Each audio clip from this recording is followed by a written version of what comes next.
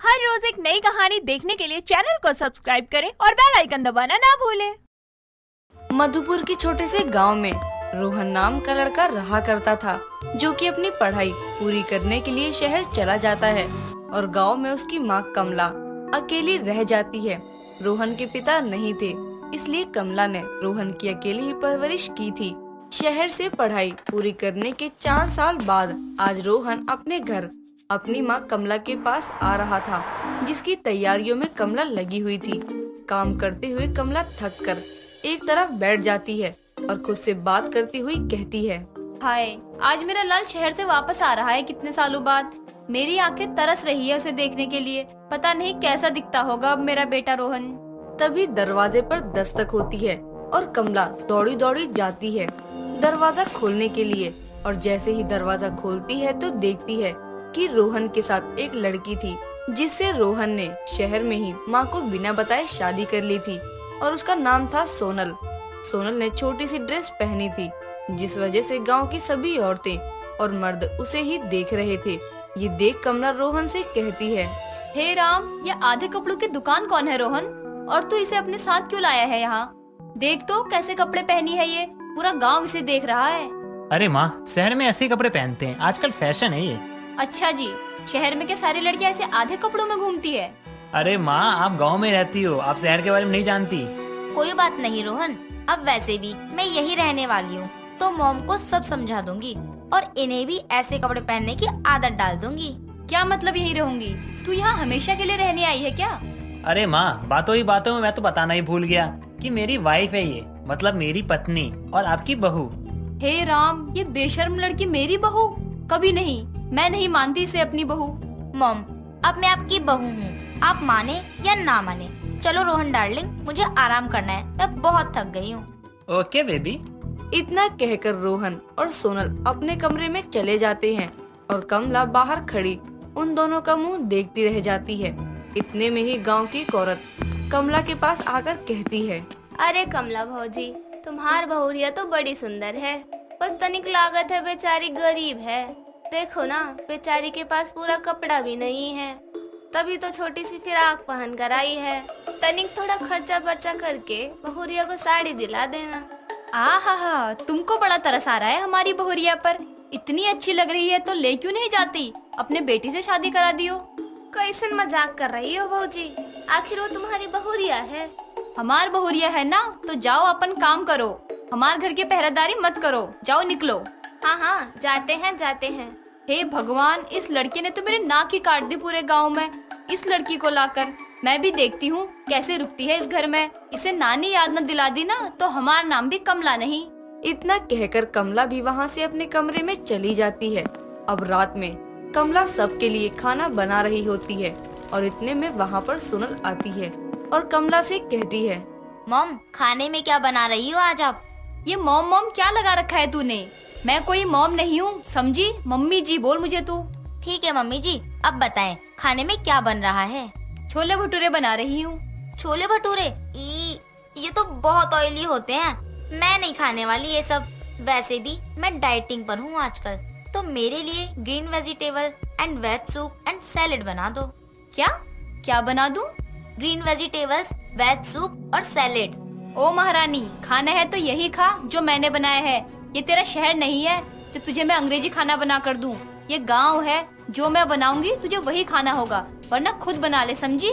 But mom, मुझे तो कुछ भी बनाना नहीं आता है।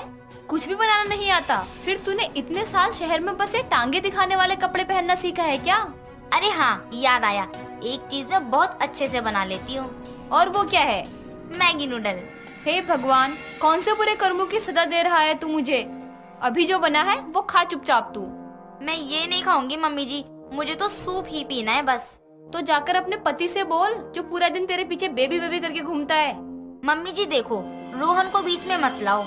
अरे कैसे ना लाऊं, सारा कांड तो उसी ने किया है, तुझे अपनी बीवी और मेरा सिरदर्द बनाकर। मम्मी जी, अब आप हद से ज्यादा आगे बढ़ रही हैं। मैं आगे बढ़ रही हूँ?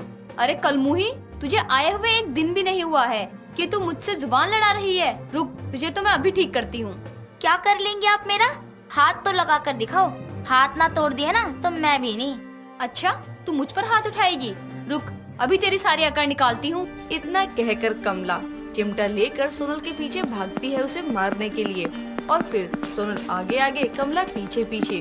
दोनों सास बहू में खूब लड़ाई होती है। जैसे ही कमला सोनल को चिमटे से मारने ही वाली होती है कि तभी वहाँ रोहन आ जाता है और कहता है, बंद करो आप दोनों ये सब। देखो कैसे कुत्ते बिल्ली की तरह लड़ रही हो आप दोनों सास बहू। तभी एकदम से सोनल कहती है, मैंने कुछ नहीं किया बेबी, तुम्हारी मम्मी ने शुरू किया है। देखो कैसे मुझे चिमटे से मारने को आ रही है ये। अरे बेटा, मैंने कुछ नहीं किया, ये झूठ बोल रही है। इसने शुरू किया। मैंने कहा छोले भटूरे बना रही हूँ, खा ले, तो कहती है मुझे तो सूप पीना है। तू ही बता, तेरी इस बूढ़ी माँ को कहाँ कुछ आता है बनाना बेटा। सोनल, तुम्हें पता है ना ये गांव है, यहाँ शहर जैसी चीजें नहीं मिलती है, और फिर भी तुम जिद कर रही हो। और माँ, आप तो बड़ी है ना, आप इसे प्यार से भी तो समझा सकती थी। हाँ हाँ बेटा, तुझे तो अब तेरी बूढ़ी माँ ही गलत लगेगी। आखिर अपनी पसंद की बीवी जो लेके आया है ना। देखो तो कैसे नाटक करके दिखा रही है ये बुढ़िया। लगता है अब इसे सीधा करना ही पड़ेगा। माँ आप बस करो, जब से आया हूँ तब से ये ड्रामा देख देख कर थक गया हूँ मैं। अब सोने जा रहा हूँ, मुझे नहीं खाना कुछ भी। इतना कहकर रोहन अपने कमरे में सोने के लिए चला जाता है और दोनों सास बहू एक दूसरे को नफरत भरी निगाहों से देखती हैं। और फिर ये दोनों भी अपने अपने कमरे में चली जाती हैं। अगली सुबह कमला जल्दी से उठकर सबके लिए नाश्ता बनाती है और जानकर ऑयली नाश्ता, हलवा और पूरी बनाती है ताकि फिर किसी बात को लेकर सोनल से झगड़ा कर सके और उसे इस घर से निकाल सके। सभी लोग अब खाना खाने के लिए टेबल पर बैठ जाते हैं। तभी नाश्ता देखकर सोनल कहती है, OMG, ये तो कितना ऑयली है, मैं ये सब नहीं खा सकती हूँ, मेरी पूरी डाइट खराब हो जाएगी। ओहो, अरे बहू मुझे माफ कर देना, मैं तो भूल गई थी कि तू डाइटिंग कर रही है, वरना इतना सारा तेल वाला नाश्ता नहीं बनाती। मैं समझती हूँ, इस बुढ़िया ने जानकर बनाया है कि मैं ये सब ना खा सकूं और कुछ ना कुछ बोलूं जिससे कि रोहन मुझ पर गुस्सा करे। कोई बात नहीं मम्मी जी, मैं खा लूंगी थोड़ा थोड़ा। इतना कहकर सोनल थोड़ा बहुत नाश्ता कर लेती है, पर उसे ज्यादा खाया नहीं जाता, तो वो वहाँ से उठकर चली जाती है। ये देख कमला मन ही मन खुश होती है।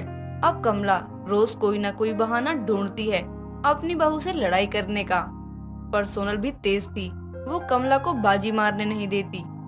सोनल अपनी सास को किलसाने के लिए रोज छोटे कपड़े पहनती थी और जब भी वो बाहर जाती तो सब उसे ही देखते रह जाते और बाद में अड़ोस पड़ोस के लोग कमला से सोनल के बारे में पूछते और ये सब सुनकर कमला चुपचाप वहाँ से निकल जाती।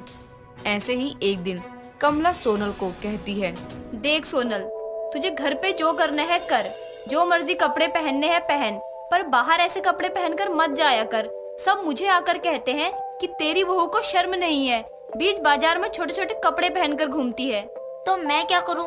मुझे तो ऐसे ही कपड़े अच्छे लगते हैं और दूसरों के बोलने पर मैं अपनी आदत क्यों बदलूं? देख बहू, सास बहू की लड़ाई एक तरफ है और घर की इज्जत एक तरफ। कमला के ये सब बोलने के बाद भी सोनल उसकी बात नहीं मानती और अपने मन की ही करती है और बेबात कमला से लड़ाई करती।